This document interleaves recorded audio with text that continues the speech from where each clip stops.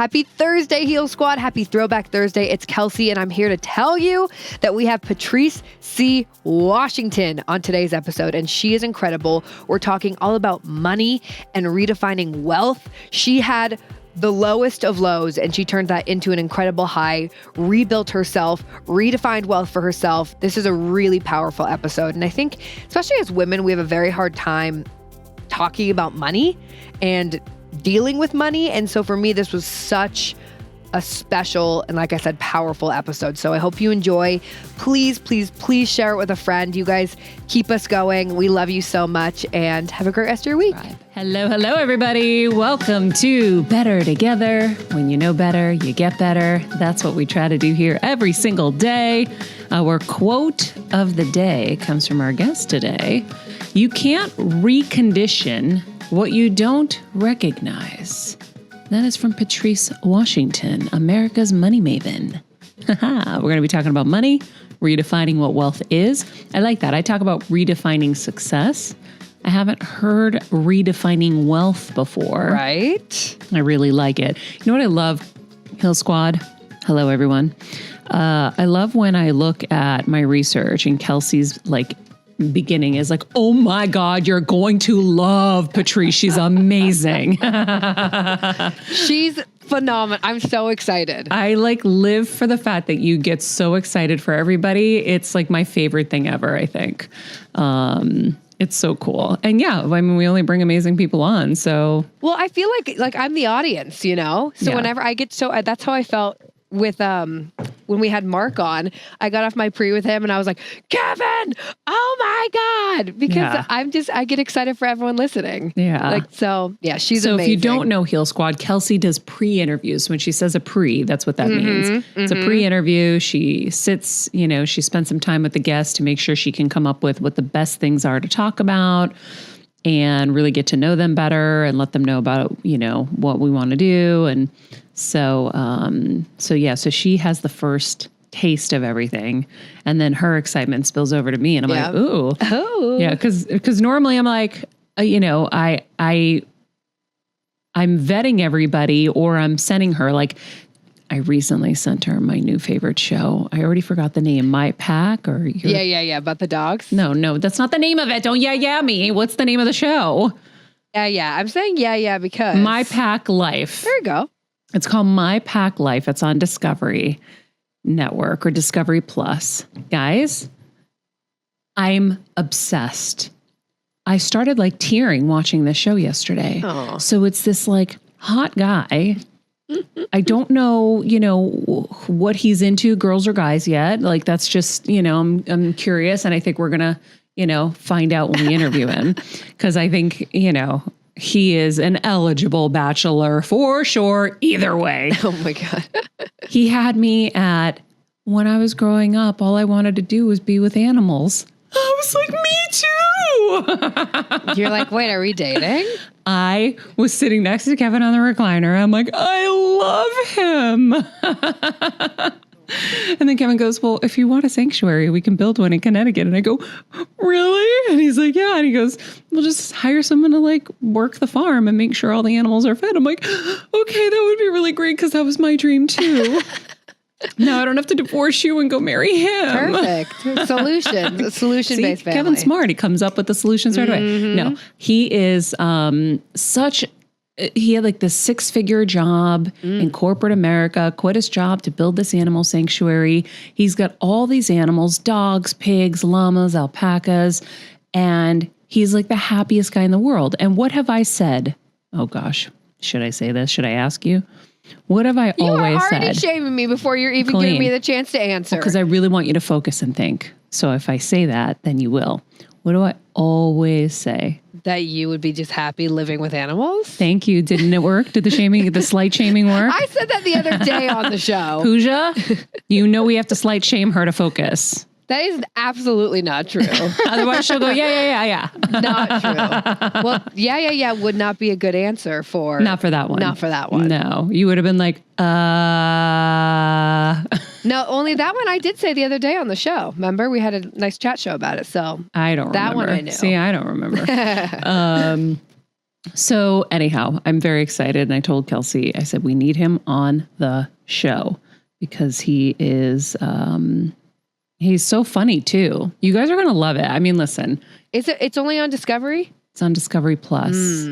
Pooj, do you love animals? Yeah, I do. That was an interesting answer. No, I do, but I didn't like grow up with them, I guess. So like it's not like they were always around. But like we had farms growing up around me, so like we had like, you know, the cows and the sheep and the alpacas and the llamas. So we'd go there like on the weekends. And I always where did you grow up again? In Jersey. Oh, okay. Yeah. Well, okay. I didn't grow up with animals really technically either, but I loved animals and begged. My dad caught a bird on our fence once, a little parakeet, a little blue one, and we called him Pee-Pee. And I didn't realize what that meant when I was in elementary school. Hilarious. And I would tell everybody my bird's name was Pee-Pee. You can tell there were layers of reasons why I had no friends. Like I would eat leaves from the trees. My parents made grape leaves. Yeah, I didn't have the bologna sandwich. Like, so, I didn't speak English. There were a lot of reasons why I had no friends growing up. That was definitely one of them. Pee-Pee, because he used to go pee-pee. And so we called him Pee-Pee. That's cute. Anyway, Pee-Pee was my best friend and my confidant. I would cry and complain to him. He never told any of my secrets. Pee-Pee. But Pee-Pee started to speak fluent Greek because his little cage would be in the kitchen. And he would hear us, so he would repeat this little like $14 parakeet. You know those parakeets you see in the pet store? Yes. Yeah, him. Oh my God. Or them. Yeah, he used to speak, and he was with us, I think, till I was like 12. And then when he died, it was like devastating because he would sit on our shoulders, on our head. He was everywhere we were. He was Pee-Pee. The best. And that makes me sad. My mom put him in like a little basket. She made this like little grave for him, like a little blanket with flowers around him, like a little casket, basically, not a grave. God. Yeah, Pee-Pee was everything. And then my dad's friend had rabbits. And so he's like, take 2 rabbits for your kids. And I don't know why, my dad actually did it. He brought 2 rabbits home, and it was a male and a female. And on Easter morning, all of a sudden, we opened the gate. It was like under the porch. So, you have your little porch. Right. Underneath the porch is where we locked the rabbits. And out of this little area, boop, 5 little baby bunnies pop up on Easter morning. Oh my, that's kind of crazy. Yeah. So from that moment on, we had bunnies, but I wanted a dog. So I used to borrow all of my neighbors' dogs. I would beg them to let me walk them. I wasn't allowed to walk anywhere, but just in laps, do circles in front of the house. Yeah. Oh my it was, so my dream was animals. That's all I ever wanted. It's still what I want. When I do my grateful list with Winnie and Max every morning, I'm like, you guys are my dream come true. So we were lucky. We grew up with dogs. We had a golden named OJ and a black lab named RC. OJ. OJ orange juice, RC cola. Mm-hmm. Okay, not after OJ Simpson. No, but OJ was the golden, but there is a funny story where someone did think that. They named him after OJ Simpson, and it was a whole thing. Okay. But we had them. But my babies were my fish, my 2 goldfish, Kurt and Goldie, named after Goldie Hawn and Kurt Russell. Mm-hmm. I got them when Erica was born because I needed a present. So we grew up. How long did they live? A long time. What? Yes, a long time. No way. I swear to you. And they die fast. Goldfish typically do. And they lasted forever. Damn. They lived, probably till I was like 8 maybe. So they lived a good long life. And then we had to have a whole burial service for them when they died too. It was very sad. Oh. But the dogs were still around and we had the best dogs growing up. So. Wow. Yeah, crazy, right? Kevin and I inadvertently from a movie set got a goldfish. So it was a prop in the little film we were making. Oh. We brought him home to our apartment in Atwater Village when we first moved to LA. And we had this white dining room table that our friend Randall had given us. And I didn't know anything about goldfish. So I put him on the thing. He had a little bump on him. So I called him Bumpy. And then one day we came home and he had committed suicide. He jumped out of the bowl? He jumped out of the bowl. Damn. Plunged to his death. That'll happen. It was very sad. That is sad. Yeah. Yeah. It was very sad. But yeah, this pack show is my new obsession. I was like, oh wow, he'd be great for Kelsey. No, I don't think she'd really want to live on a farm forever. No. That's going to be a hard no. That would be a hard no. Well, maybe we can do But he's like hot. a half and half. He's hot. Maybe he could do his biceps are the size of your whole body too. He's like a big guy. Kevin goes, oh my God, look at his body. And I didn't realize. And then all of a sudden he's holding this little chihuahua with this massive Hulk Hogan like arm. And I go, oh, wow. If he's into like half city living, half farm living, I'm okay with that. No, I think he's just into like his sanctuary and like living with his animals. Yeah, that's not going to work for me. Oh, Pooja's showing me a pic. Yeah, he's cute.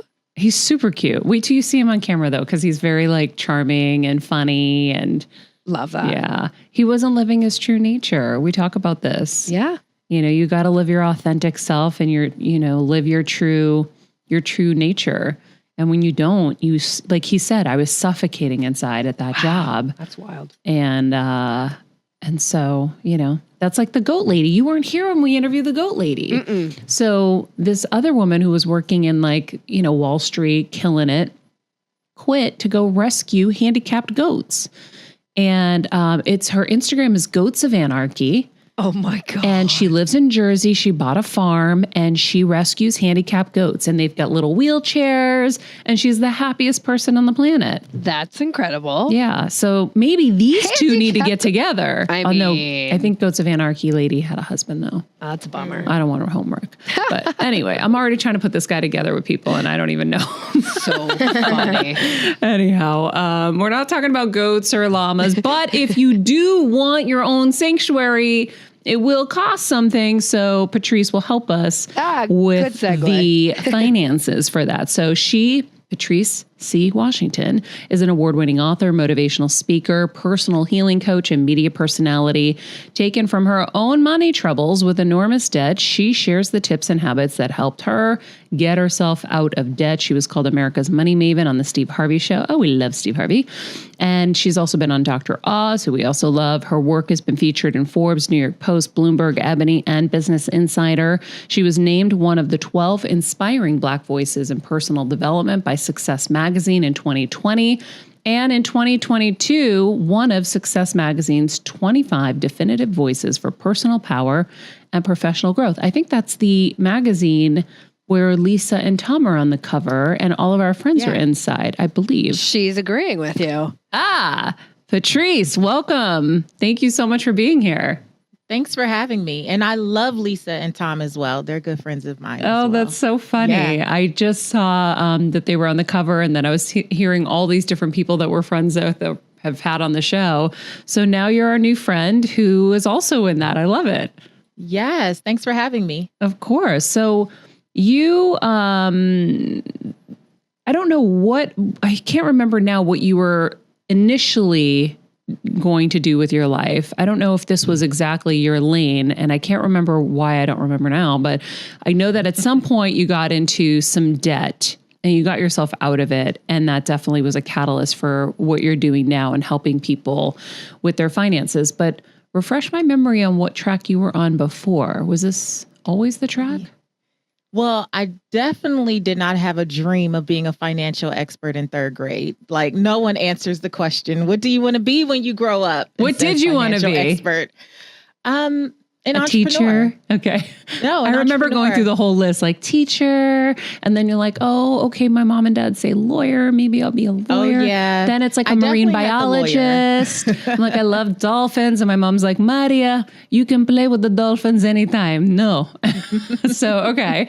So you wanted to be an entrepreneur. Yeah. In third grade, I remember asking my dad, why are you always so available? I didn't grow up in the home with my dad. But he could come to my games or he could come to things at school. And my mom worked about 60 miles away from where we lived.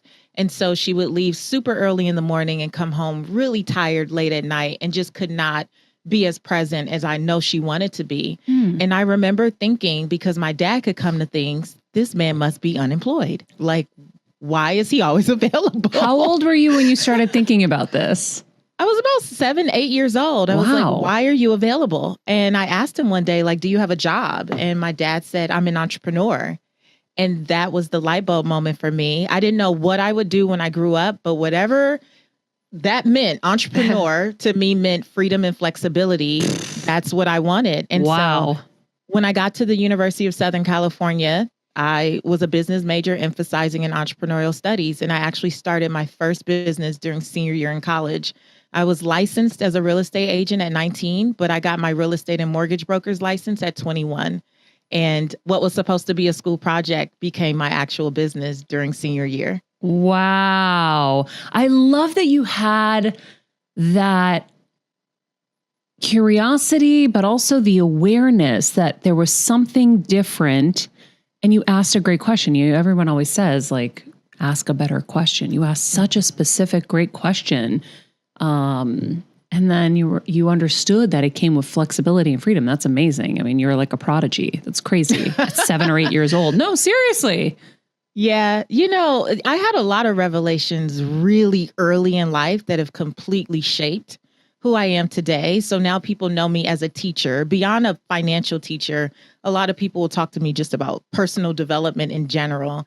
And I could go back to first grade. My first grade teacher, Miss Boynton, I was a really smart kid, and I just always wanted to have the answers. And I would raise my hand for every question. And one day she just said, Miss Cunningham, my maiden name, put your hand down. And I was so shocked. I couldn't believe it. I remember putting my head on my desk. I was just so frustrated with her. And she's like, that's it. You're staying in for recess. And I stayed in for recess that day. And she got in my face really close. And she said, listen, I know you know the answers, but it's not enough that you know if your friends don't. When you know something, you have a responsibility to share with your friends. Wow. And Maria, she is the first person who did not condemn me for being that person, because I remember being told, like, people trying to shut you down. Oh yeah, Miss Know-It-All. Right? Yep, I know. You're a Miss Know-It-All, that type of thing. And she allowed me for the rest of that school year, when I was done with my work, because I always got done early, to go around and help people. And that is the very reason to this day, I believe I'm wired the way that I am. So when I know something, I feel that I have a responsibility, like I am compelled to share. And that has been a part of the secret sauce my entire career, is that I haven't waited until things were perfect, right? I don't wait until I'm a perfect 10 at something. If at best I'm a 7, I still feel a responsibility to share what I know with 1 through 6s. Whoa, whoa, whoa, whoa. Do we have interns on this call? No. Who's taking the notes? Pooja? Pooja, write all of those notes now. Patrice, that's amazing. Yeah, it's completely shaped how I live my life. So, and it's question. Yeah. So if you were doing it from such a young age, right? Like, a lot of people are helpful and like helping people, right? How were you able to monetize that without guilt? Oh, that's a great question. Well, let me tell you how I got into monetizing it first, or even the pre-monetization. Okay. So when I left college, I went on, and that real estate and mortgage brokerage became a 7-figure business. And I thought, Maria, that I would do it forever. I had 16 loan officers and real estate agents, 13 pieces of investment property myself. A young Black girl from South Central Los Angeles. I felt like I had made it. I was the one. I was the one that everyone came to. 13 pieces of property, all these employees. This was your company you built. This was my company with my husband at the time, that we built. He was my best friend and husband. And so we built this together, 25 years old, 7-figure business. And I thought it would go on forever until the recession hit. And when the recession hit, not only did it hit us all very hard across all industries, but I was actually in the hospital on bed rest. So I had taken a fall down the stairs at 20 weeks pregnant, and it sent me into preterm labor. And when I got to Cedars-Sinai, they said, ma'am, I'm sorry, this baby's coming any minute now. And that started a 10-week stint in the hospital. And then my daughter did. She was born healthy, though. She was born 10 weeks early, but she was healthy, 3 pounds, 2 ounces. She stayed in the NICU. And when I left the hospital, all during this time, the banks that we worked with were closing down. Deals were closing. Yeah, you're right. All the that's the part we forget, I think, is we know we hit that, horrible time, but the banks were closing.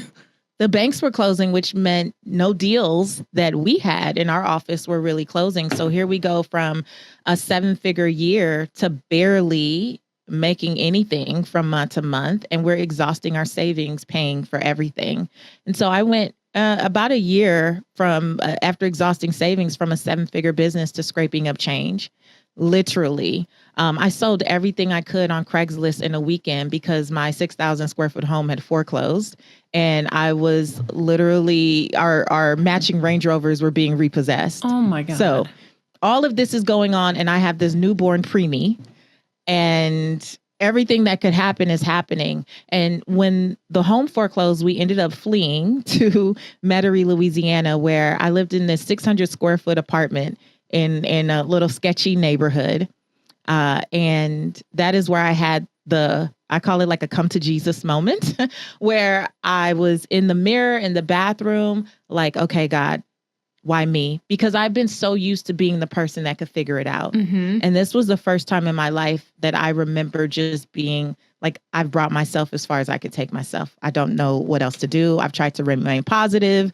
Like, I'm really great for the one-line mantras and like all the things. You're using all the tools. I've used all the tools that I know, and I have nothing left to give. And I'm in the mirror and I'm like, God, why me? And you're 25? At this time, I'm 27. Wow. By now, I'm 27, and I'm like, God, why me? Kelsey, I've been a good your person. age. Insane. My mind is blown. Yeah. I operate in integrity. I treat people well. I don't feel like this is fair. And I know we've all felt that, like, why do bad things happen to good people? Mm-hmm. I don't think I deserve this. Is this karma? What the heck did I do? Like, I was going through all those things. I started to cry, and then it turned into like an all-out bawling session. Have you ever had like that good snot, Maria? Mm-hmm. Like that ugly cry? Oh, many, many times. Yeah, it was one of those good, ugly, nasty cries with snot coming down your nose. Like, it was a whole thing. And I was on the bathroom floor, literally in fetal position, like crying out. And I remember what I refer to as a still small voice saying, get your Bible.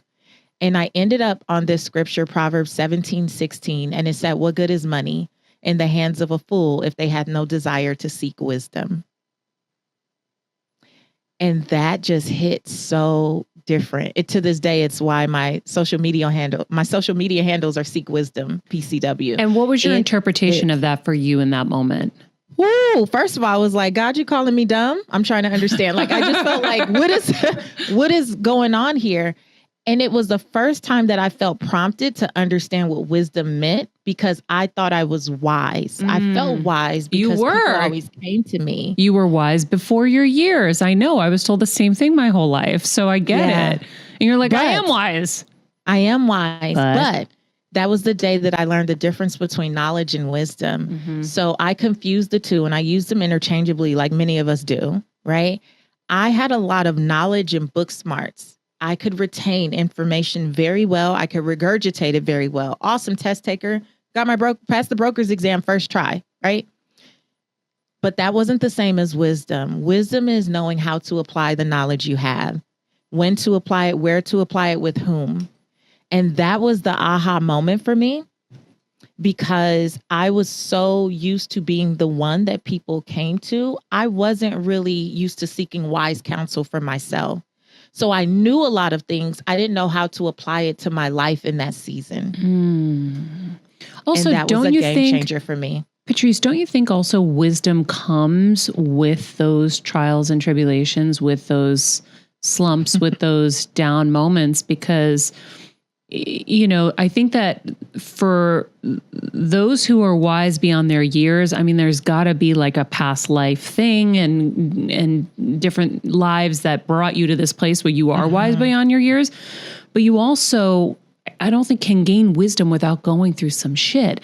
Like, you had to go through that shit to be able to help the 1 through 6s in the next version of life, right? Like, absolutely, you can't get there without going through it. So anytime I go through my down moments, my really, really like horrible parts, I never really say why me anymore, because I'm like, well, why not me? I'm the one who has to go through it so I can help other people.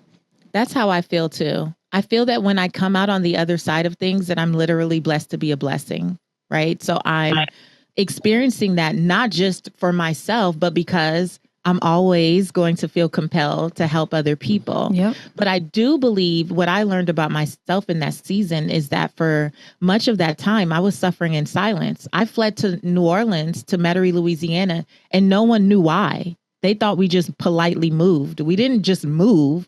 We literally were trying to get away from all of the chaos that we were experiencing in LA at that time. And I do believe in wise counsel. Right? I do believe in getting support, that there are people who can support you through difficult times. But I was raised to believe you don't tell people your business. Right? So I was willing to wait until my back was up against the wall and I had taken myself as far as I could take myself before I would say, I need help. And I think that's one of the biggest lessons I've learned, and what I attribute to my success today is that I'm a person that does still process things by myself. A great part of the time, I'm very introspective, but I don't try to force myself to do everything by myself. When I know that I'm up against something, I look for support, trusted advisors. Where can I seek wise counsel? Because there's nothing new under the sun. Somebody's gone through an experience like this, and they have some wisdom that they can give me that should help my journey go a little smoother. I still am going to have my own journey. Yep. But I've found that it's much easier when I accept support and I don't look at things like, oh, they'll be in my business. I don't give a damn about that. Do you have a tool, a resource, a prayer, a sermon, something that you can extend to me that'll help me get through this piece of my story with more ease or grace or dignity? I think that's amazing. I think it's scary to be vulnerable, putting myself in your shoes. You've built this, empire. You've built this real estate empire, and you've got all of this stuff. And at 25 and 26, you're like, my God, I've killed it. I am the American dream beyond the American dream.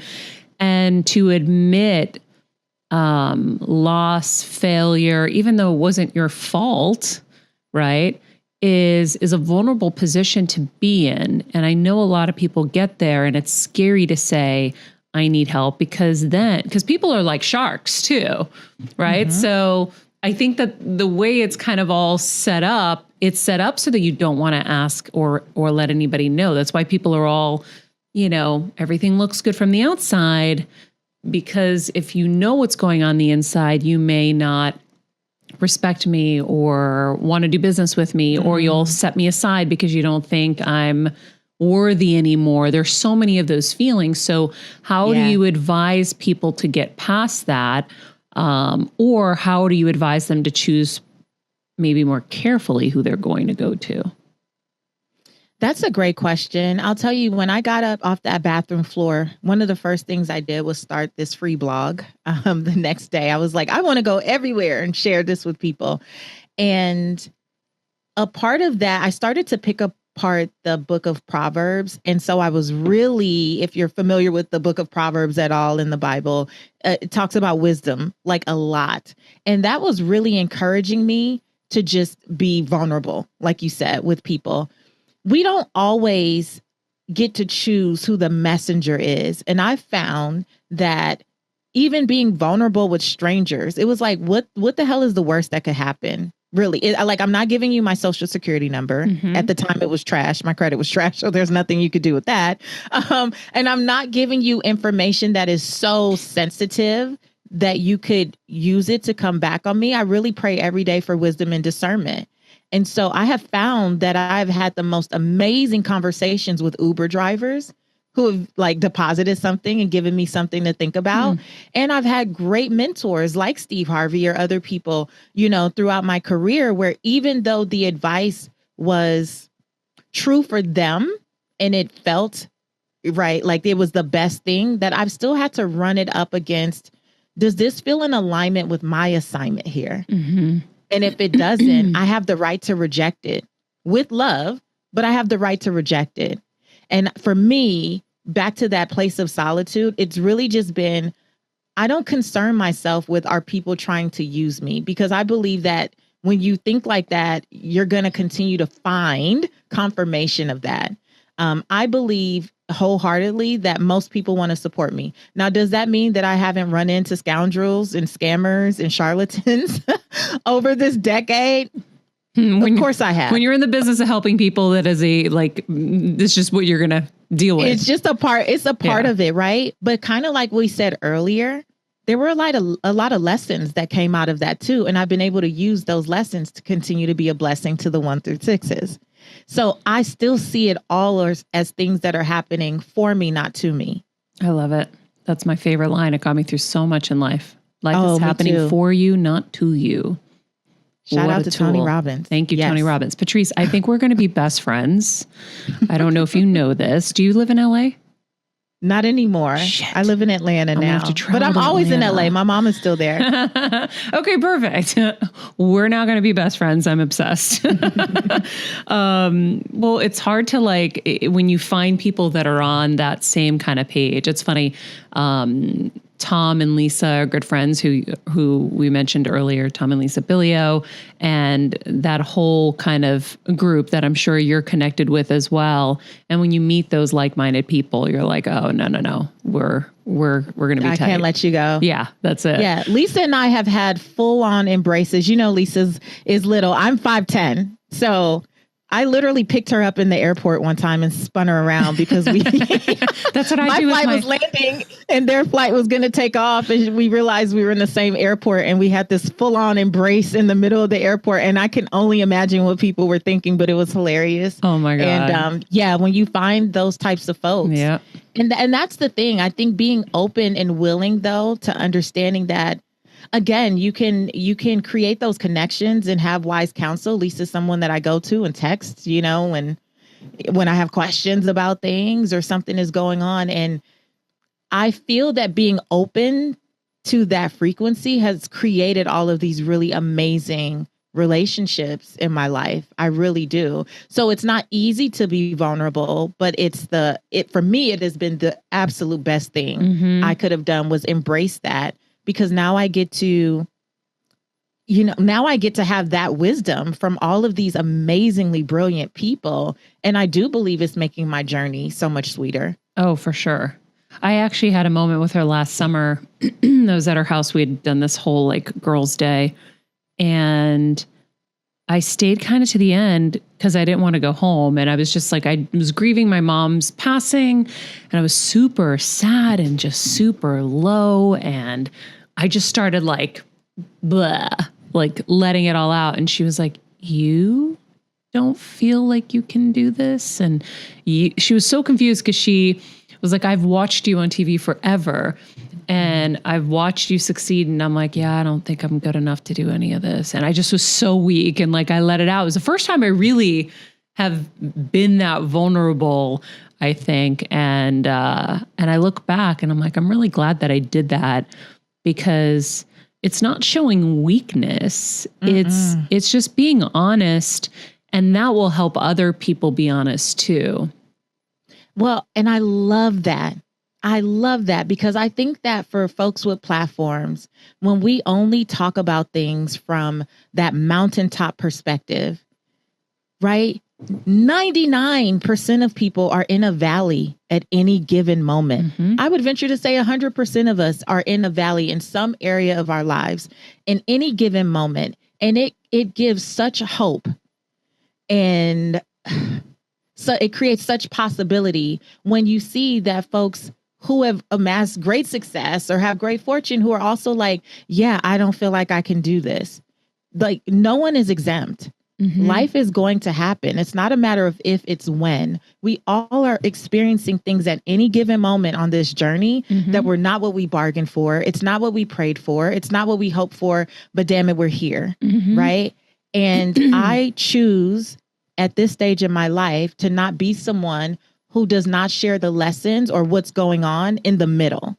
Right. There's a great pastor from Transformation Church. His name is Mike Todd. And he did a sermon and he goes, we can't only talk about what it's like at the end because now it's all rosy and it's perfect and we've got every lesson worked out. He's like, what about in the middle?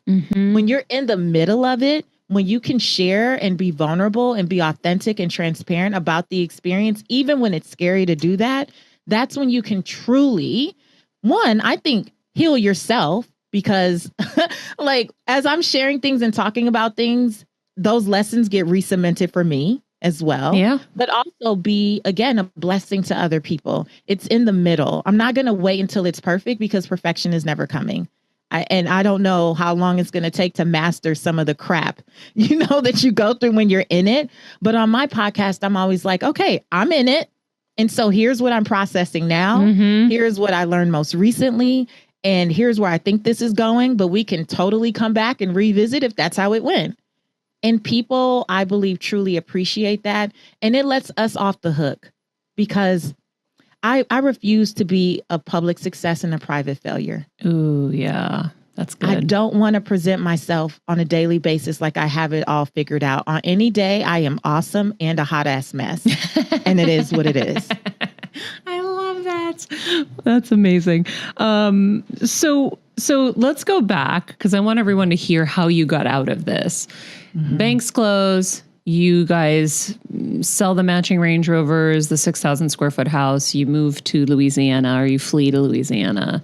You have this aha moment with this Bible passage. You start this blog, and then what happens? So I just want to say I didn't sell the house, it foreclosed. Oh, sorry. Good point. I didn't sell the cars, they were repossessed. So Good I just point. want to make sure very clear. I appreciate that. You're right. That would have been great. I wish that was the story. That's not what happened. But thank you for I get up off this clarification. bathroom floor and I start this free blog. And I'm doing the blog every week. I'm like picking apart a proverb that has a money or business lesson and sharing my thoughts. And I thought that was the easiest way to share with friends. So initially, I don't really know online stuff. I owned a brick and mortar business. I'm emailing these blogs out to friends and family. And the first couple weeks, people thought it was cute. They entertained me. And shortly thereafter, I realized not even my mom or my husband was reading. And I was like, maybe I need to get on LinkedIn and start looking for a job. Although I had been an entrepreneur, up until that point, I'm like, maybe I need a job. So I stopped writing. And I'll never forget, this man emailed me out of the clear blue sky one day and said, hey, I hope you're well. I've been reading your blog and you haven't posted in a while. Just want to be sure you're good. And I was like, stranger danger. Who is this man? I've never seen this. I didn't even understand how to look at analytics or like the back end.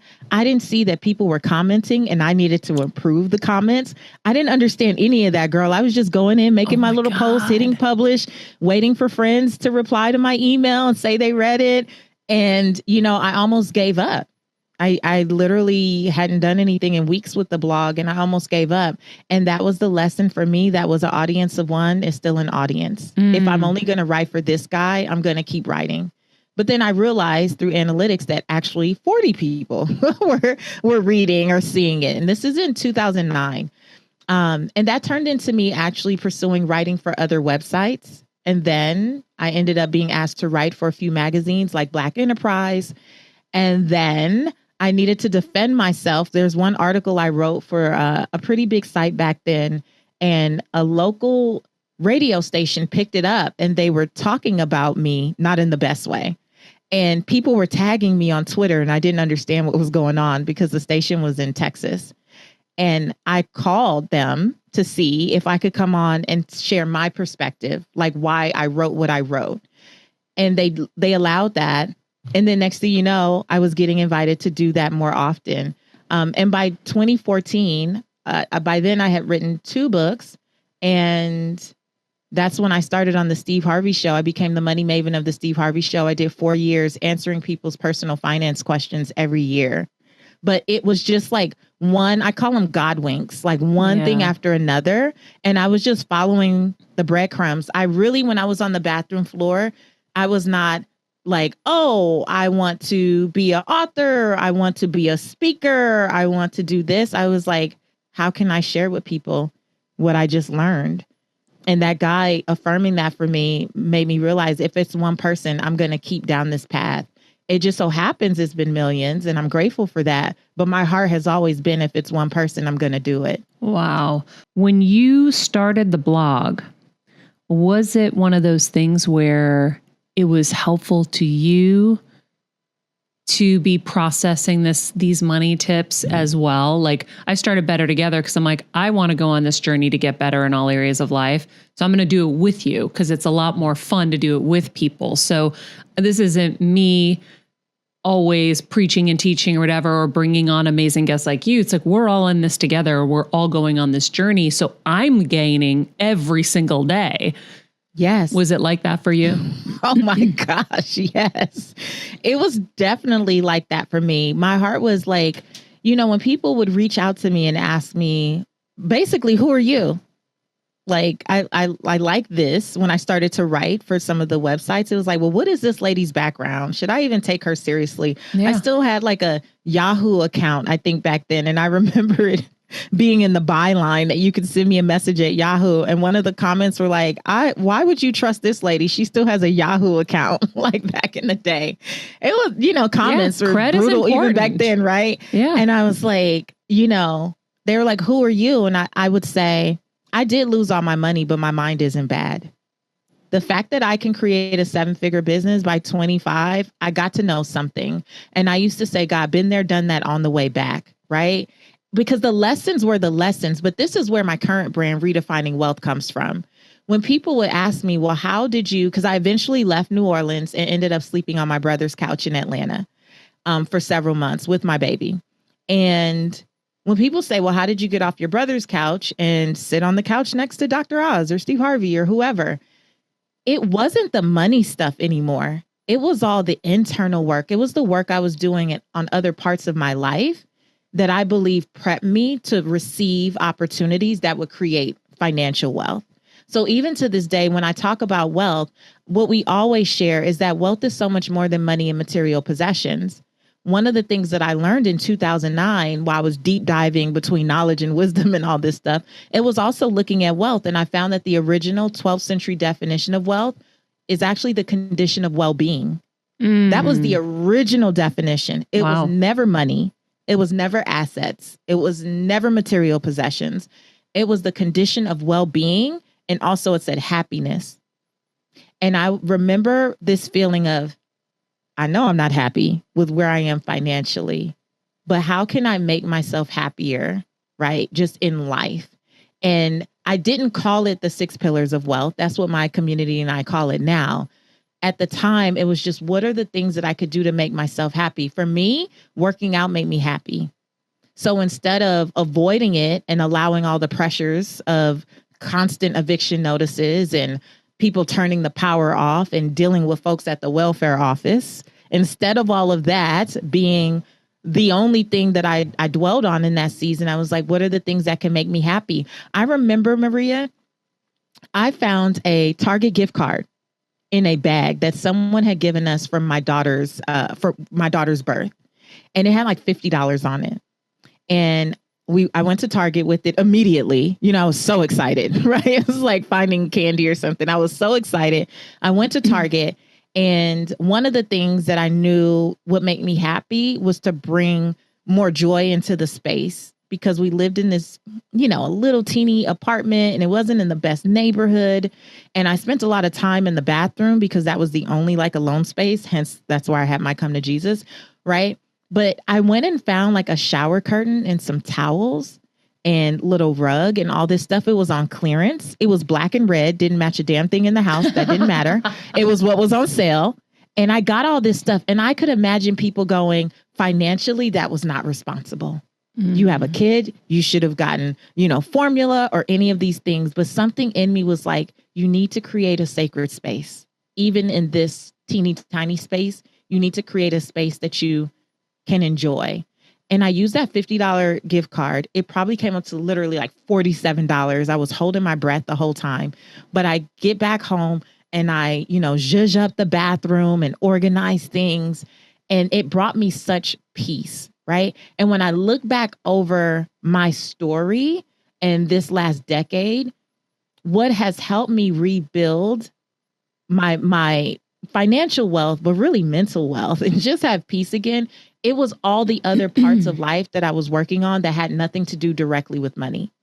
it's the thing that actually led me down this path. I have, in like 2 weeks, I'll be complete with an MBA in behavioral finance and financial psychology. Wow. Congrats. But really, it was just, thank you. It was because I wanted to understand the science of what I was already doing and what I knew to be true.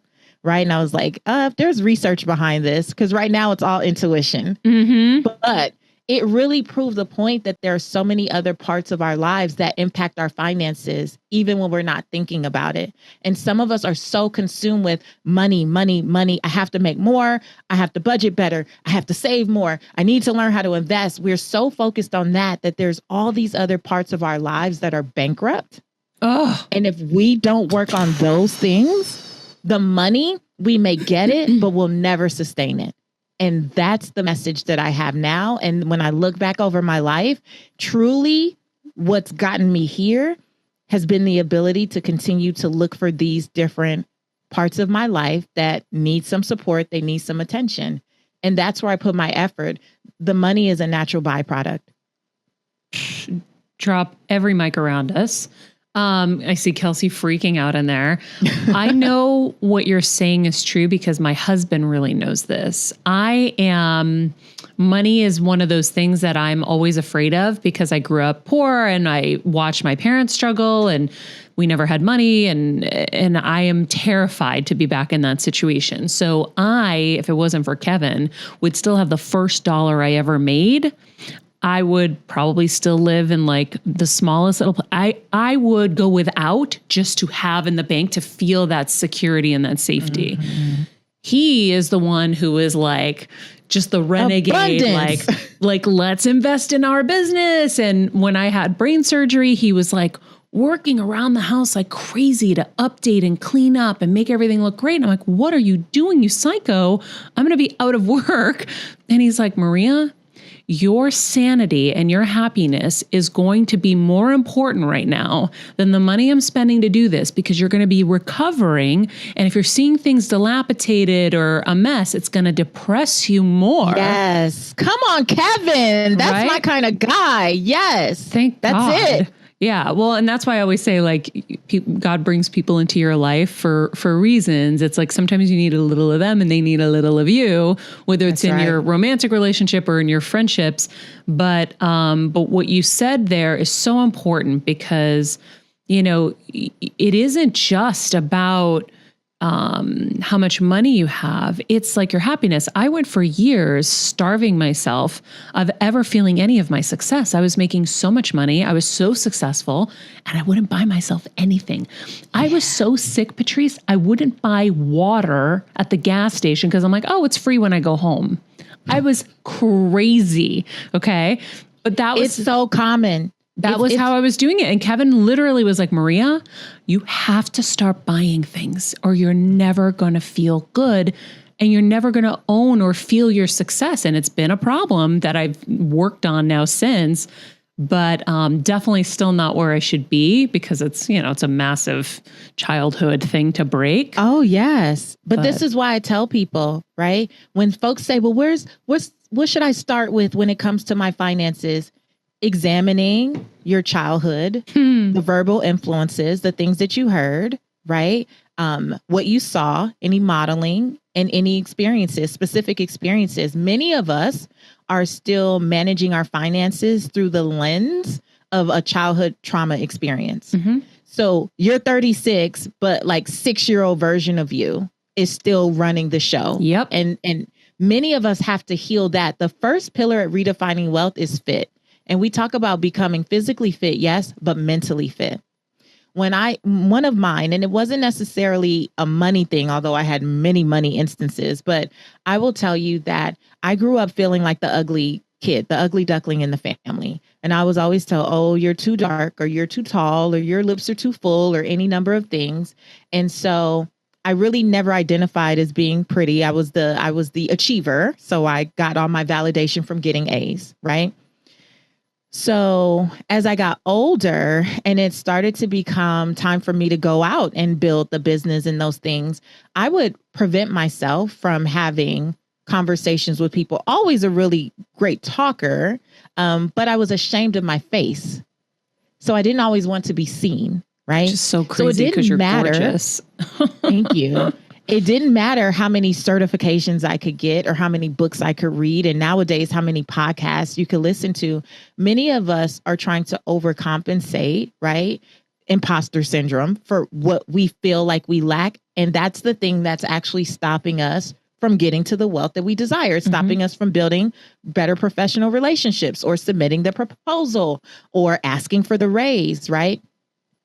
It wasn't until after 3 years of therapy at 25 years old that I could look in the mirror without cringing and without wishing that I looked like somebody else. Wow. When you look at pictures of me from my childhood, I was always tucking my lips in. I was slouching. I used to put on extra clothes so I could look a little thicker. Now I don't have that problem, girl. At 40, I don't have that problem. But back then I did, right? And I was doing all of these things. This is so important. Because had I not dealt with that childhood trauma, there's no way that I could be this version of Patrice that people see today. And I started to be vulnerable enough to tell that story because I would meet people and they would say, you're so confident and you've been on all these things. I look at my life today. There's no way that I could be on stages of up to 10,000 people. There's no way my face could be all in these magazines or on these book covers or the national television had I not dealt with that childhood trauma. Because our businesses and our finances, whatever it is that we're dreaming of, they're only going to grow to the extent we're willing to heal. And most people are not willing to heal and to deal with that childhood trauma. And they think it's a I need more schooling thing. You know more than enough. But whatever you dealt with in childhood is preventing you from actually following through with what you already know.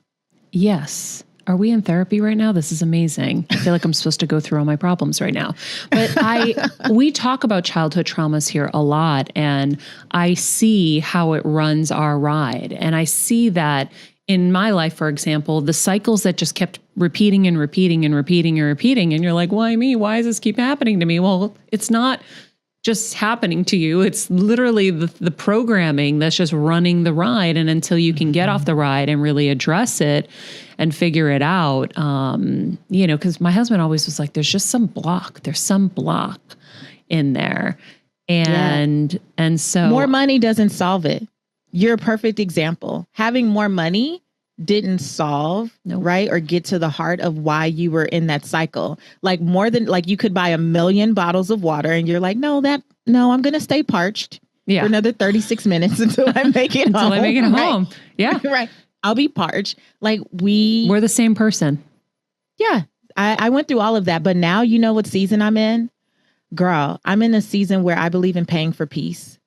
Yeah. Like if I need support or if I need something, I am all about scaling joy and paying for peace. And I realize that the more peaceful I am, the more profitable I become. We think that we have to work harder. And, as a young Black girl, I remember hearing all the time, you got to work twice as hard or 3 times as hard to be considered half as good. So what do? We create these cycles of burnout where we run ourselves into the ground, trying to be accepted in mainstream America, right? I have learned, though, over these last several years in particular, that the more at peace I am, actually the more productive I can be and the more profitable I have become. And when people say less is more, that's what they're referring to. Like, it's not I do all the things and I have to wear all the hats, right? You starting a business as an entrepreneur. Yes. When you first start, you are the janitor, the CEO, the marketing director, the assistant, you do the runs, you do everything. One of the exercises I give my clients now, though, is here is an organizational chart. It will start with your name in every box, but your goal should be, how do I keep erasing my name and adding someone else's? It is better to invest in peace. I have learned to pay for peace. I'm not going to overstress myself about not a damn thing. And I don't feel bad anymore. The reason I didn't have support earlier too was kind of back to what you asked me some time ago. I used to think that it was a bad thing to do stuff like pay someone to do the laundry, right? Because that conditioning and that, as a mother and a wife, You need to run your household. You don't have anyone else coming in. And okay, but is that the highest and best use of my time, of my energy? And does it bring me joy? It doesn't. And someone else's business could be supported. There's other people out there where this is how their livelihood is set up. And you could be a blessing to them and go do the work that you're like created to do and be a blessing to those you're supposed to serve in that way. And so now, girl, I get help in every, I love it. like in every way I can. It's so important. I mean, my programming was you don't pay to have anything done that you can do yourself. And that was a lie from the pits of hell. Oh my God. I'm Greek. My parents are immigrants from Greece. They're like workhorses that can do everything. My dad could build a spaceship if I asked him to. Like they can do anything. And I'm Central American, first generation American. Same thing. I saw people take absolutely nothing and turn it into everything. Always. But what got you to Egypt won't get you to the promised land. Ooh, say that, girl. As my friend Dean Graziosi taught me. And I was like, oh, okay. So, I did, that method got me to a certain place, but it's not going to get me to the next level. And it's funny because we just had this conversation maybe a few months ago with my husband. He's like, Maria, we have to start paying for shit. He's like, we'll have a party and I'm like doing everything still. He's like, we have to start paying for people to help us. He's like, we can't do all of it ourselves. And I'm like, yeah, I'm definitely getting too old to do all of it. And also the real part of it is, like you said, it's not our best use of time. And I have found, the same thing that you said, more is more. I've really worked hard to try to simplify my life, and I'm continuously simplifying my life. So my other question to you is, you were 25 with 13 properties and all this stuff. Are you doing things differently now so that your life is simpler but still abundant? Absolutely.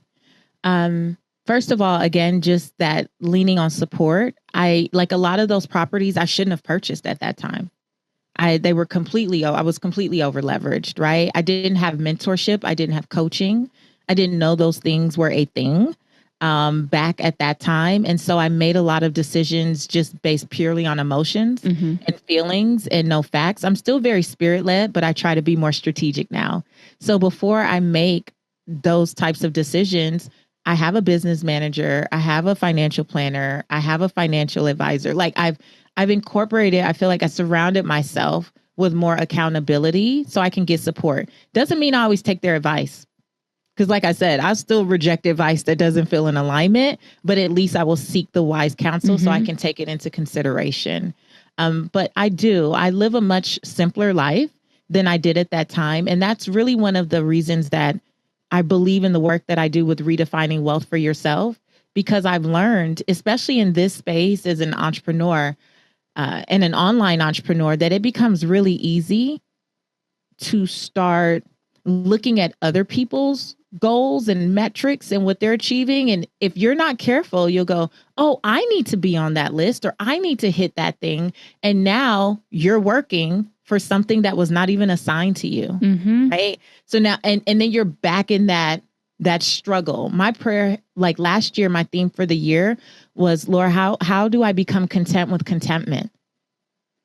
This is the number that I desire to hit. I don't care that it's less than so-and-so's number, or that my other girlfriends, and I'm surrounded by, again, I have some really amazing friends, right? I have no idea. Sometimes I'm like, how do I have billionaires' numbers in my phone? Like, really amazing things, right?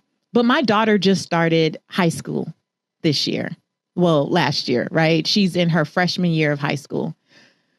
What matters the most to me is spending as much time as I can watching TikToks with her, laughing every evening, getting into all the high school girl drama because it's so dramatic, right? You have your own reality show. Right? It's like attending her basketball games and hanging out with her, for me, is the wealthiest thing. The highest and best use of my time. That is what really promotes my well-being in this season. that comes at a price that I'm willing to pay. That means I don't take every invitation anymore. That means I had to start to decide not just between good and great opportunities, and not even just phenomenal opportunities. Now I have to choose between phenomenal and fulfilling. If it's not going to be fulfilling, but it's phenomenal money or a phenomenal platform, doesn't matter. I will say no. If it's not in alignment for me, it's just a no right now, because I need this time, these 3 years that I have left, 3.5 years or so, to pour into my daughter. I've got one kid and she almost didn't make it. If you remember the original story, she is a miracle. She's my miracle and she's my gift. And I want to be present with this present that I feel God gave me. And so in this season, I don't care about hitting $10 million. I don't care about, I don't care about those things. I still know that I have impact, right? And I still know that I have great influence, but I'm not going to run myself ragged, in somebody else's race. My race is with Reagan Washington right now. And as long as I'm present and upstairs by 5:30 p.m. when she's done with basketball, then that's a win for me. I think that's such an important message for people, because I had that moment after brain surgery when I was in the hospital and, you can't even imagine. You're just laid up in bed and I'm like, I was running everybody else's race. I was trapped in an old dream and I got sucked into the rat race of, if they can do it, I can do it. If they can work 100 hours a week, I can work 100 hours a week. If they can do 50 shows a day, I can do 50 shows a day. Okay. And I was like, none of this is authentic to me. I was just proving that I could keep up. None of it was organic, authentic, or anything that meant anything to me. So I had to jump off that ride and figure out what is authentic to me and what is right for me. And Maria. Oh my gosh. Okay. So I have to say this. A couple things come up for me. Okay. You said it was an old dream. My theme for this year is dream a new dream. My theme for this year is dream a new dream. So first of all, thank you for saying that, because I just, God winks, like I see these little confirmations everywhere. But that is so connected to what you said earlier about your upbringing, growing up poor and having that scarcity mindset that you could end up poor again. Yep. So now, not only do you have to conserve like hell, you got to work like hell. And if it looks like, oh, I have to record 50 shows to stay on top and to be there, then you get sucked into that, right? And this is how, again, between Fit Pillar and the Money Pillar, which is the last one, when we don't work to examine these thoughts, these beliefs, these ideas that we have, then they dictate our actions, obviously. And then our actions end up giving us our results. Now, the end goal is, well, I want to be sure that I don't end up poor again and I make enough money. But what happens? We burn out. We run ourselves into the ground. We don't take care of the only vessel that we get. And now we're on some health is wealth. It's cute to say until you truly have to prioritize your health. Yeah. It's until cute it's already too late. And many of us are only working to afford prescriptions we can't pronounce when we're 40, 50, 60 years old. Yeah. That's what most people are working for. I don't have time to work out. I don't have time to sleep. I don't have time to meditate. Go to the doctor. Time to take a walk. I don't have time to make a doctor's appointment until your life is consumed with doctor's appointments. Yeah. If you don't make time, it's going to be made for you. We say it all the time here, Patrice. It's funny. We just got a review in on the show that literally speaks to this. And it was this woman here. Let's see. Oh gosh, another one came in through. Okay.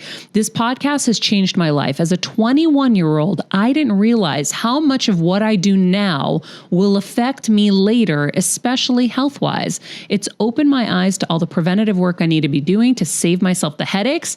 I also really love the Patreon and their heal events. Okay, so then she goes on to this other stuff, but that's my goal every day. It's like, hold up, everybody. Okay, we really need to rethink this. So I always talk about redefining success based on what makes your heart sing, not the external pressures of, I got to be a billionaire or my parents think I need to, because I also live to make my parents proud.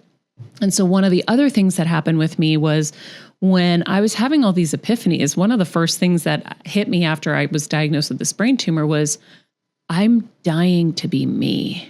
I just kept feeling that inside of me. I'm dying to be me. I'm dying to be me. There were a lot of reasons why I couldn't be me. Me was too big for people. Me was, too much. So I had to like keep dimming and dimming and dimming and dimming to make everybody feel good, to try to fit into these situations that I didn't fit into at work and all of this stuff, when I should have just been hearing the noise, like hearing the signals that I didn't really belong there anymore. But I wrote a letter to my dad and I gave it to my best friend. I said, when I'm in surgery, give it to him. And inside the letter basically said, I'm going to live a very different life if I come out the other side. If I come out the other side, I'm only going to do what makes me happy. I don't care if that doesn't come with accolades. I don't care if it doesn't come with a lot of money. I don't care if you have nothing to brag about anymore. I hope you're going to still love me for me in this new way, because I can't do this anymore. This is killing me. And sorry, it's really hard to say that without crying every time. But my dad, who was so terrified of me failing because of what everybody would say, then switched his gears and saw as well. Well, I mean, it was very easy for him. My mom had a brain tumor just a few months before me. So it was like a crazy time. He was probably so shell-shocked by it all. He's like, okay, I'll be good. But has never asked me ever since then, what am I doing? Is not basing, his pride on my accomplishments. It's just on me actually being a human.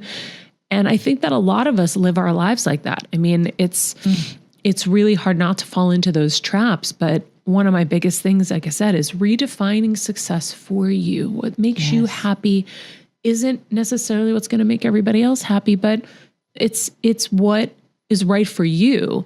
And that's why I really love what you're talking about with redefining wealth, because it really encapsulates a lot of that in there. And I really want you to go through all those pillars as well. But it's so important for people to hear this, to hear the fact that you are reprioritizing, and you can make the 10 million, the 20 million, whatever it is. But you're like, oh, more is more. How many more Range Rovers do I need? How many more? And then, by the way, like I always say, more needs more staff, more this, more people, more complications, more stress. You know what's important for you. Your daughter, it's a couple years, she's going to be off to college. They live their life after that. They're on their track. These are precious years. And also it's precious years for you to keep guiding her through the toughest moments. Yes. And so I give you so much credit for seeing all of that and for prioritizing your life in that way. Cause I think it's so cool. Maria, I have to tell you to identify so much with living to please your parents, because like I said, I was very addicted to achievement. And, while I had a lot of accolades very early, I wish I could say they were purpose driven. Truly just because I wanted to do them. They were definitely more about wanting to prove that I could, and then also wanting to give my father bragging rights.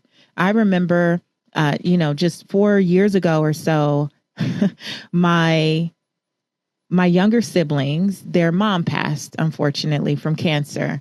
And I was at the wake, and one of my dad's old time friends from Belize, came up and he said, "Aren't you the daughter that went to USC?" And I go, "Yeah," all proud. And he's like, what do you do now? Aren't you an attorney or something? And I was like, huh? Like, is my dad still telling people that I'm an attorney? I go, oh, no, I'm an author. I just said something. And he's like, oh, what a waste. He said, oh, what a waste, and walked away. And I thought to myself, 10 years before, that would have torn me up. That would have just like, oh, my gosh. But in that moment, all I could do was like walk away astonished. And I told one of my siblings, like, you won't believe what just happened. But it was the catalyst for my siblings and I coming together. There's 6 of us coming together and initiating having these monthly calls with my dad. And so my dad, who had a brain tumor in 1999, the year I graduated from high school, who is still here kicking at 80 and looks phenomenal. Wow. It wasn't malignant then? No. Not cancerous. It's like benign tumor. Mm-hmm. Oh, wow. Mm-hmm. So we initiated these monthly calls with my dad. And the point of the calls was to just get to know us for us. It's not to talk about work. It wasn't to talk about what have you accomplished, like what raise, what promotion, what feature, especially for me, because I don't have a traditional job. So it's been very hard for my dad to comprehend how I get paid or why. And he's still to this day, he goes, so people pay you just to talk? But like, how does that work? Yeah. And I'm like, he just can't fathom that it makes sense. Even I work from home. He's always like, why are you always home? I'm like, because I work from home. Like, it's okay. I have a full studio and office here. It's fine. Right. He just couldn't get it. But me releasing the need to prove something to him or his friends or anyone. Oh my gosh. Talk about another level of redefining wealth. Just the weight lifted and the joy that I now have in talking to my dad, because I don't have to hold my breath or I don't have to call with an agenda of like, I'm calling to share this good news. I've been featured on things and seen on things, and people, now he's on Facebook at 80. He's on Facebook. My dad is too. So cute. People will tell him about things that I'm doing. And he's like, oh, you didn't tell me. And I have to practice not trying to prove it. So I don't call him with, oh, I was just featured on this, or I was on this list, or I made this thing. It's like, what's up, Dad? What you eating? Yeah. I just had such and such. And that's it. And boy, has that changed my life. And it's allowed me to truly have a more authentic relationship with my father. And for all my siblings, it's been really, really good. So I completely, girl, I hear you. Because 35 years of just wanting to prove. Yep. That I deserved love. I think I was earning love. And I realized I don't have to earn love, like not in that way. Well, it's something that I think a lot of us deal with, especially first gen for sure. It's like a massive thing for first gen. But I mean, think of how many people marry for their parents or don't marry for their parents. There's so much pain around doing just what your parents want you to do. I love what you guys did. And I wonder, it's funny in these last few years that I've kind of been shifting and doing different things and living a different life. When people come up to you like that guy and he's like, what are you doing now? I always find myself like a little tongue-tied. It's a little less easy because I don't tie my worth anymore to any of it, but everybody else still does. So then I told my husband, I'm like, do I like need a one-liner? Because every time someone comes up and they ask me like, so what are you doing? And I'm like, just hustling, just doing my thing. Like hustling was like the last thing I said to an old agent I saw the other day. He's like, what are you doing now? And I'm like, just hustling. You know me, just always doing something. Like I don't ever say what I'm doing because it doesn't matter to me to have to prove to them I'm worth something. Yeah. And part of it is I've found myself in these situations where I'm like, so do you value me for me or do you value me for what I do? Because if you value me just for what I do, then I really don't have much interest in talking. Yeah. I cannot stand to be introduced by what I do if I'm not on stage or on like doing an interview or something. You go to a barbecue and, there's always someone walking around like going, oh, and what do you do? First of all, hi, I'm Patrice. Nice to meet you. Like if someone jumps straight into what do you do? For me, the conversation is pretty much over right there. I will say like living purposefully, like, I'll say like a few little lines too. And it's funny when people come back and they go, you should have said that you were such a big deal. I'm like, a big deal to who? I'm here to eat. I'm here for potato salad, honestly. Like I'm not here to prove anything to anyone here. Like I prefer to meet people and have a genuine connection. And if it gets to like, when we get to that, we get to that. But I don't like to be introduced by that, especially in a personal setting. And I definitely, I don't even ask people what they do. Like real talk. I will chat with someone on a plane the entire time. Me too. I'm the same way. I just flew back here yesterday and I was speaking somewhere, got on a plane, talked to this guy. He had his dog. We talked about Yorkies. We talked about like any and everything under the sun. I never asked him what he did. And the conversation was so good. We never got to what I did. And it was so nourishing. Yes. And I learned so much. And I was like, I'm good with that. Like, now I've made connections with people on a plane. And if it got to that, it naturally got to that. And it was just cool. But anything that just starts with what do you do? My worth is not caught up in a title of any kind. And I just, that's what I do. It's not who I am. Yeah. If you're not interested in who I am, then we really like, where are we going? Nowhere. Oh my God. So true. I think it's funny because sometimes, and I know if I'm feeling like this, other people probably feel like this. You see those people come up and they're like, they say their full name and they're just, they have this whole thing. And I'm like, should I be doing some of that? Like, should I be? And I'm always like, hey, Maria. And like, I'm just, but same. But I think the message is like, whatever you are, you are. Don't try to change it. Don't try to shift it. You're not doing anything wrong. You're being you. Like, I've been in this business for over 20 years, the entertainment business. Wow. And I don't know what the fuck anybody does or who they are. I just know that's Jeff, and I like going to his house to watch football games. Like, now I know, okay, he's the CEO, I think, of Stars, or like, I'm so bad. My assistants had to tell me who people were all the time. I'm like, who is that? I might be interviewing them because they're coming down the red carpet. I'm like, who is that? Oh yeah. Okay, cool. No clue. I will go to parties. I just want to have a real conversation with people. Yeah. I don't care about all the other stuff. I've never been like a big networker. Me neither.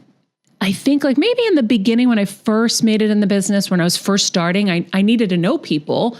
And so I met people, whatever, but I never cared about that. I always just cared about the person. And I think that's part of why, I mean, I remember even leaving college, and I remember Kevin was with me at the time, and everybody was making their reels, and they were like, I know this person at E, and I know my friend's father works at E, and my this. I'm like, Kevin, did I screw up my whole college like life? I didn't do any of this. Oh my God, I don't even have a reel. I don't have anything. He's like, you're fine, you're fine, you're fine. I'm the one who succeeded. Yeah.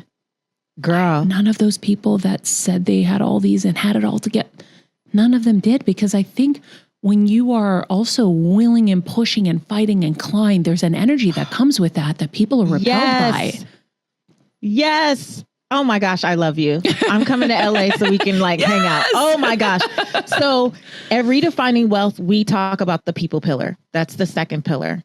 And it's about creating relationships that matter, right? And one of the things that I talk about is that so often we feel that our success or that next step that we need to get to wealth or whatever is going to come from forcing ourselves to be in certain circles or to like find the people who we think are the ones that can help us and all those things. And we often overlook just the natural energy of what it means to connect and respect the relationships we already have, right?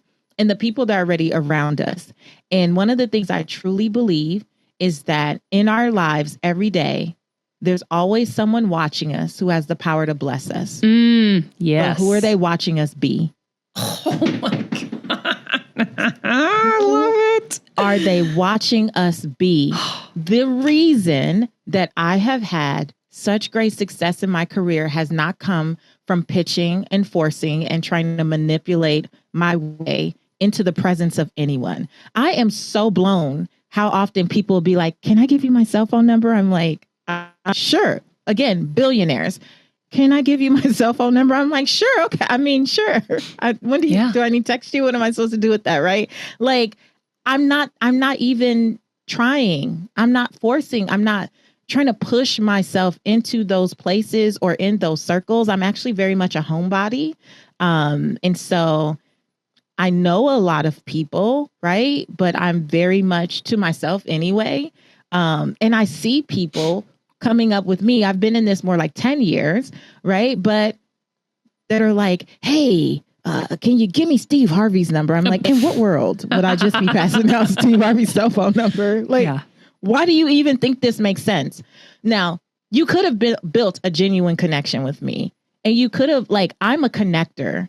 And I will forget that I even introduced people, right? Oh, me too. People have these phenomenal connections and they'll be doing stuff. And I'm like, I'm so proud of you. And they're like, remember, you told me about such and such. I have no idea because I have no expectation. And also we do it so often that you can't keep up.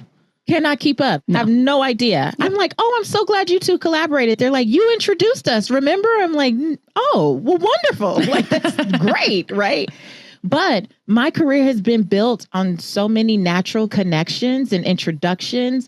And I believe it's more important to live a life that makes people talk about you in rooms when you're not even there in a positive way. Mm-hmm. Like the way people have told me that someone else spoke of me, like that's the thing that makes me so happy on the inside, that they thought so highly of me to recommend me for things that people have been. I mean, I've been on stages that people were applying to speak on for years or begging to get on. And someone was like, hey, you know, Patrice, right? You need to have her. And they're like, okay, what's your rate? What's your fee? We want you because so-and-so said. My career has been paved with those types of introductions, not because I'm trying to force anything, but because I'm being myself, right? And when I show up, I just spoke in Detroit this weekend. I spoke to every person I could. Every person who came up to me after I spoke and wanted to share the aha moments and what they're taking away and what spoke to them and all of those things. I genuinely care. Audience of 400 people in that room at this event. But I'm like, if one person is blessed, cool. But the fact that 60 people waited to tell me something, I want to hear every story. And I want to know what you're going to do different about your life. I want to know what's going to transform for you after this point. I've been like that this entire career. And I have continued to say, no matter what happens, I pray that I maintain that type of level head, right? That I never walk in a space and think, oh, I'm so high and mighty and I'm so great. Because it wasn't that long ago that I was on that bathroom floor. And I remember what I told God in that moment. If you restore me, and not when, because I didn't have enough faith in that moment. I said, if you restore me, I'll go everywhere I can and share this with people. And now that I have an opportunity to do that on so many amazing platforms, where would I get off? Being stank. I call it being stank. Yeah. Where would I get off having that type of attitude? Like I've just been here and I deserve it. And I am a Belizean American girl from South Central Los Angeles. I grew up in Leimert Park around drive-bys, gang violence, drugs being sold, drugs being used in the alley behind the storefront that I grew up above. Like my grandmother was illiterate. I've written 5 books, you know, like I think about the experiences that I've had and how far I've come and the audacity to try to treat people as if I'm so great. And like, I just can't even imagine. I just can't imagine. Yeah. I'm just too grateful to be here, Maria. I feel it. You're making me cry. I think that it's something that people don't know is possible. And so I hope Heal Squad, you guys are hearing 2 successful women that have led with heart and not with, you know, Rolodex and intent and all of that stuff. It's funny because Kevin, every time you would talk about being on stage, somehow I would be the one asked to do these things that just made no freaking sense. Like, oh, Maria, you're going to be up with Steven Spielberg and George Lucas and like at the AFI. Wait, what? Me? Who? Why me? In the most random things, in the most random situations. And he would say, you did something in another life. You did something in another life. It always is like, it always happens to you. But I do think that it's a different kind of way. You don't see it often. And I've often thought that I was doing it the wrong way, even though I was getting results. Yeah. Along the way, I'm like, wait, should I be doing some of that? Should I be more? And then I look back at my history, like as history continues to accrue, and I'm like, well, okay, I thought I was screwing up in college. by not networking and, becoming friends with the girl whose dad works at E and all this stuff. Guess who ended up on E? Me, not the one that kept saying that she was going to. And I'm not being competitive with her in any way. It's just shocking to me. It's just shocking to me because this person had it so together and I so didn't. And so, and then as I see kind of in my career, I always just said, God, just take me where I'm supposed to go. I'll be a good person. I'll work really, really hard. And I just went for the ride and I just went wherever I was sent. And I made so many friends along the way. And I'll tell you, I kind of had my funeral already. So when I had brain surgery, I was keeping it hush hush for a long time. And then at some point, my therapist was like, you need to tell a few people. You got to go in with some love and support. And so I started telling people, and they started spilling to me what they thought of me and what I meant to them, but also like who I was in general. And I was like, going from a place where you don't think anybody thinks anything of you, because I never did. I barely thought anything of myself, right? I didn't have time to think about any of that. I was hustling. But to hear what people think of you, you're like, oh, okay, then maybe I was doing something right all along. And just being me and living, in that space where I don't have some ulterior motive with people. It really is just to give or just to have a deep, genuine connection. Yeah. And that's why I think I have those moments too, where I'm like, Kevin, why did these people want to be friends with me? And he's like, story of my life. Yeah. But he's like, cause you're pure. He's like, you have a good heart and you don't want to hurt anybody. And I'm like, oh, okay. Oh. But I'm always blown away and I'm always shocked and surprised, but I still all the time, literally all the time. And my husband used to say like, you're still shocked by that. I'm like, she said, can I have your number? Like I would never even ask, right? Yeah. Someone of this stature. And they're like, yeah, put my number in your phone. Do you want to give me your number? And I'm like, really? Okay, sure. And then I'm like blown away, right? But you said something else again. Oh my God, I just love you right now. Okay, back to the childhood experiences. I have to tell you. So probably about 3rd or 4th grade. I don't know what was happening in 88, but your girl was getting her life together. Like 88, 89, like profound things were happening. And do you remember when funeral processionals would go by, right? And it would be long and they'd have the motorcycle cops come and, where I'm from in LA, I remember my mom, whenever we see the motorcycle cops coming and we knew it was a funeral, she just turned the car off. Like, okay, we're going to be here for a while type of thing. And I was conditioned for that. When you see it, you just know, turn the car off because it's going to take 10 minutes or whatever. And my mom was trying to save her gas, I suppose. And a funeral procession was going by one Saturday. We were going to the mall and my mom turned the car off. And so, we're chatting and it was maybe like a minute or two long. It was the shortest I had ever seen or experienced. And she's like, oh, that was fast. So she turned the car back on and we go on about our day. I was so disturbed by that. It annoyed the mess out of me. We were in JCPenney, girl, back in the day. We're in JCPenney. And I'm still like, why was the funeral so short? And my mom is like, what? Like, what are you? I'm looking at vacuums. What are you talking about? And I'm like, why was the line so short? It wasn't a lot of cars. And she's like, I don't know. Maybe they didn't know a lot of people. I'm like, okay. Hours go by. My mom used to go from JCPenney to May Company to like all the department stores there's no Google, there's no verifying prices. So we used to go from place to place, right? Only to go buy it from the first place. But throughout the day, I just kept bringing it up. And by the time we go back home, we're driving home, I said, I got to do something so that more people care when I die. Like I have to do something so that more people care when I die. Like I want people to have to turn their cars off and wait 20 minutes because I want at least that many people to care when I die. And I think coupled with what Miss Boynton, my 1st grade teacher, told me, I've always lived with this idea of I got to impact people because I want someone to care when I die. I want them to be like, you know what? Because of that girl, when I was just in real estate, it was because of that girl. I never thought I could own a home, and now I do. Because of that girl, I never thought I could have good credit. Now I do. Because of that girl, my kids get to go to college, and I didn't think I would be able to send them. Like, I literally wanted that, and that also has been a part of it.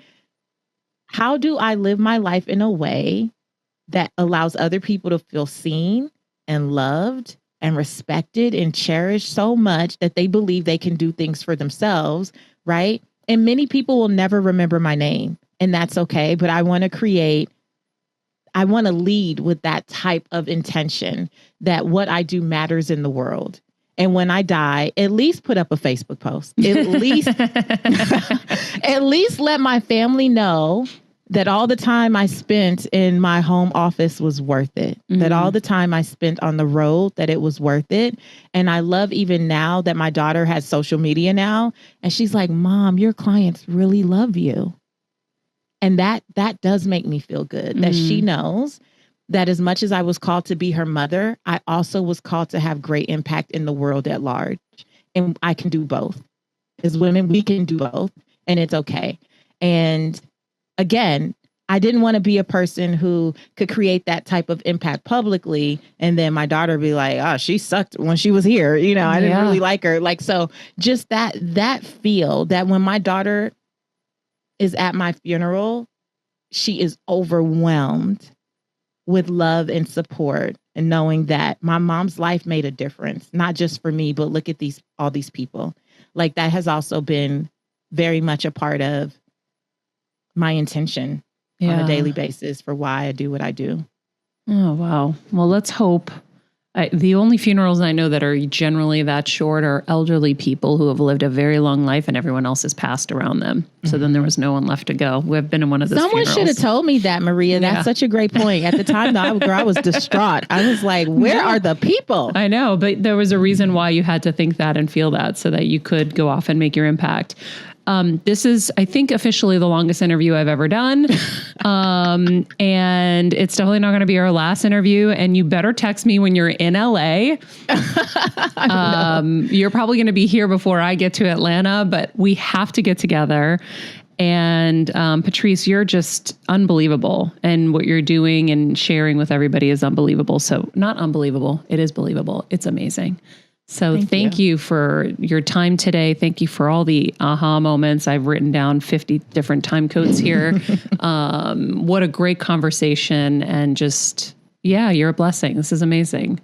Same to you. Thank you for having me. I can't believe we hadn't met sooner. Me too. And I'm sure we know a lot of the same people, but I think God's timing is so divine. Mm-hmm. And just grateful for you and the work that you're doing too. I just feel so aligned right now. So thank you for allowing me on your beautiful platform. Oh, thank you. Yeah. Kelsey? I know. No, she doesn't understand. I'm going to stalk her until she's my new best friend, officially. It was funny because it was like, I found her on social. We had the woman who helped me get Anthony Trucks page, who I love, was like, I think you would really love her. And then I went and stalked her on social. I was like, Maria's going to be obsessed with her. She's amazing. So amazing. Yeah.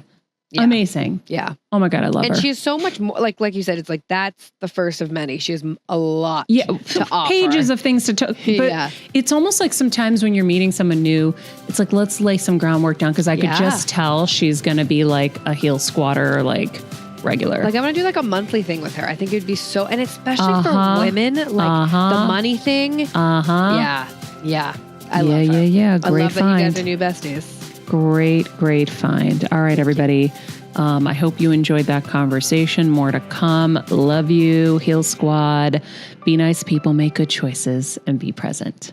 This podcast and all related content published or distributed by or on behalf of Maria Menounos or mariamenounos.com is for informational purposes only and may include information that is general in nature and that is not specific to you. Any information or opinions expressed or contained herein are not intended to serve as or replace medical advice, nor to diagnose, prescribe, or treat any disease, condition, illness, or injury, and you should consult the healthcare professional of your choice regarding all matters concerning your health, including before beginning any exercise, weight loss, or healthcare program. If you have or suspect you may have a healthcare emergency, please contact a qualified healthcare professional for treatment. Any information or opinions provided by a guest expert or host featured within website or on company's podcast are their own, not those of Maria Menounos or the company. Accordingly, Maria Menounos and the company cannot be responsible for any results or consequences or actions you may take based on information or opinions.